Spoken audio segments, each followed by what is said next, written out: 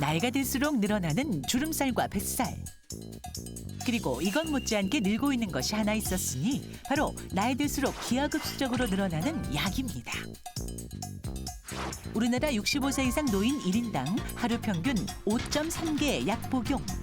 OECD 국가 중 최고의 복용량이지만 하나 둘 늘어난 약이 되려 내 몸을 해치는 독이 될 수도 있다는 사실 알고 계십니까? 연쇄 처방과 중복 처방까지 약, 저약 나도 모르게 오남용하고 있는 처방약과 영양제들. 제가 영양제를 여러 가지 먹다 보니까 가끔씩 속이 쓰리고 식은땀이 날 때가 있더라고요. 먹는 게 너무 많다 보니까 제 몸이 뭐가 필요한지 어떻게 먹어야 할지 모르겠어요. 오늘 이 시간 각종 약과 건강기능식품의 궁금증에서부터 똑똑한 약 복용법까지 자세히 알아봅니다. 불필요한 약은 없습니다. 제가 약상국 아닙니까? 여러분들 건강하려면 약을 먹어야 됩니다. 제가 지금 먹는 것만 해도 비타민 제가 한 3개 먹고 있고 그리고 유산균 그리고 로열 젤리 이거 먹어야 됩니다, 여러분들. 한 5개 정도 먹고 있는데 이거는 건강하려고 먹는 거니까 괜찮은 거 아닙니까? 아, 우리 양상국 씨가 약상국 씨인지 제가 오늘 알게 됐는데 오늘 정말 잘 나오신 것 같아요. 약상국 진짜요? 씨 정말 네. 점검 좀 받고 가셨으면 좋겠다는 예. 생각이 들어요.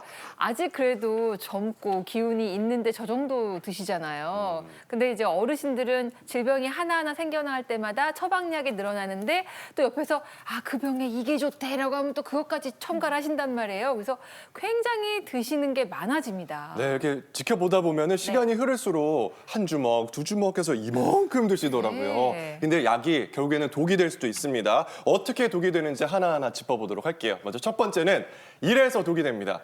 매일 먹는 한 주먹 약이 가성 치매를 유발한다.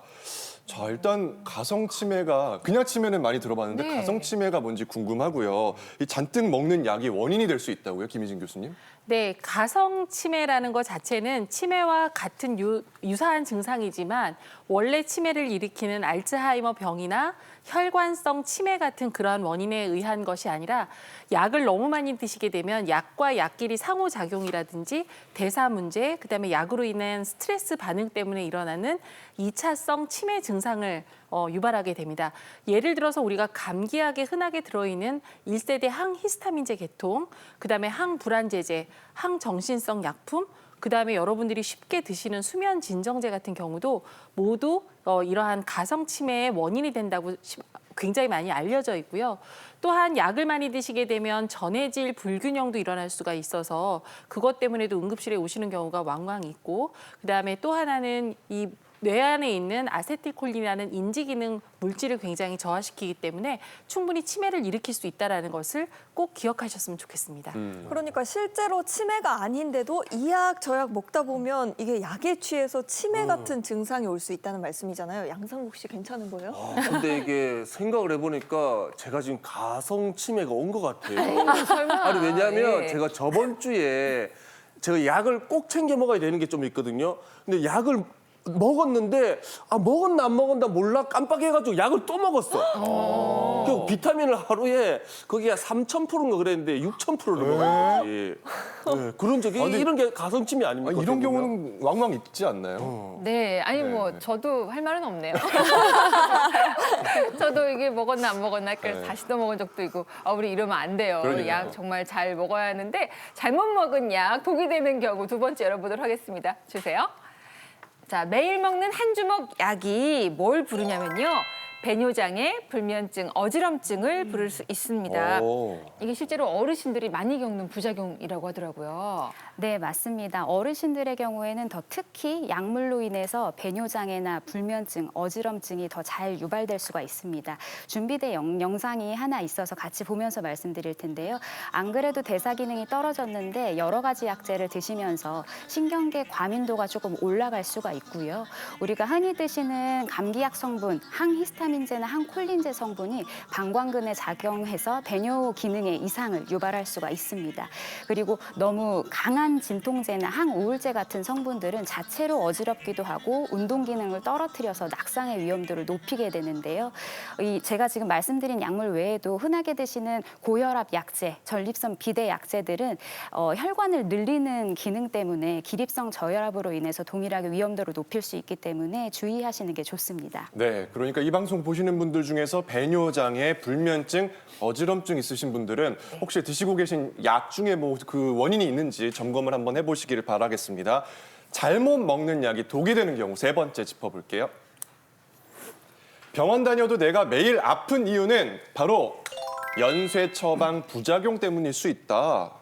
아니 연쇄 작용, 연쇄 사건 이런 것들은 들어봤는데 연쇄 처방은 또 처음 들어봐요. 어떤 건가요?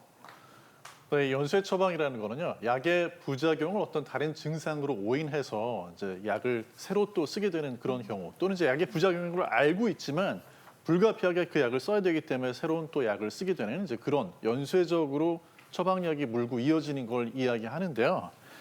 화면 보시면 이제 골관절염으로 비스테로이드성 소염진통제를 우선 처방받아 쓰고 있었는데 이 소염진통제 때문에 혈압이 올라갈 수 있어요. 그러면 혈압약을 추가하거나 새로 쓰게 되고요.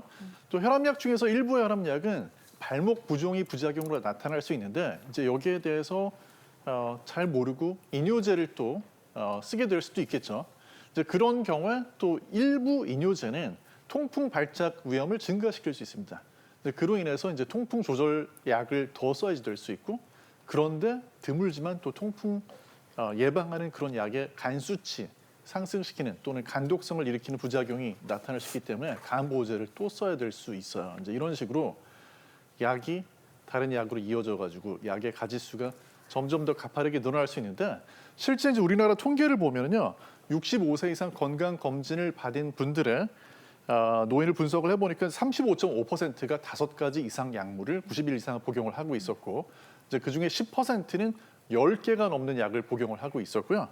그러다 보니까 이제 이 중 절반이 넘는 53.7%가 약을 부적절하게 사용하는 그런 경우가 관찰됐습니다. 근데 주변에도 이런 분들이 많이 계시거든요.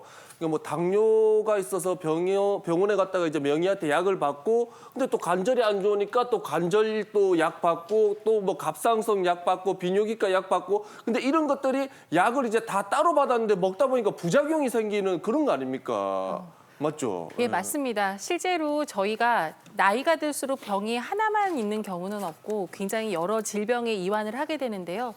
물론 중요하게 세부 전문의한테 약을 다 처방받는 건 굉장히 중요한 일인데, 어떤 한 선생님한테 내가 먹는 약이 제대로 드시고 있는지를 꼭 한번 확인을 해보셔야 됩니다. 예를 들자면 당뇨병을 위해서 저희가 치료약 중에 메폴민이라는 그러한 성분이 있는데요. 관절염 약에 치료하기 위해서 스테로이드라는 약을 복용하게 되면 이것 때문에 혈당이 또 올라가게 되면서 메폴민 용량을 또 올릴 수밖에 없습니다. 결과적으로는 약의 부작용이 발생을 하고 다약제로 인한 새로운 증상이 발생을 하기 때문에, 그래서 여러분들이 어떠한 주치 한 분을 정하시고 내 약이 어떤지, 그리고 처방받은 모든 처방전을 버리거나 폐기하지 마시고 모아두시는 지혜가 굉장히 중요합니다.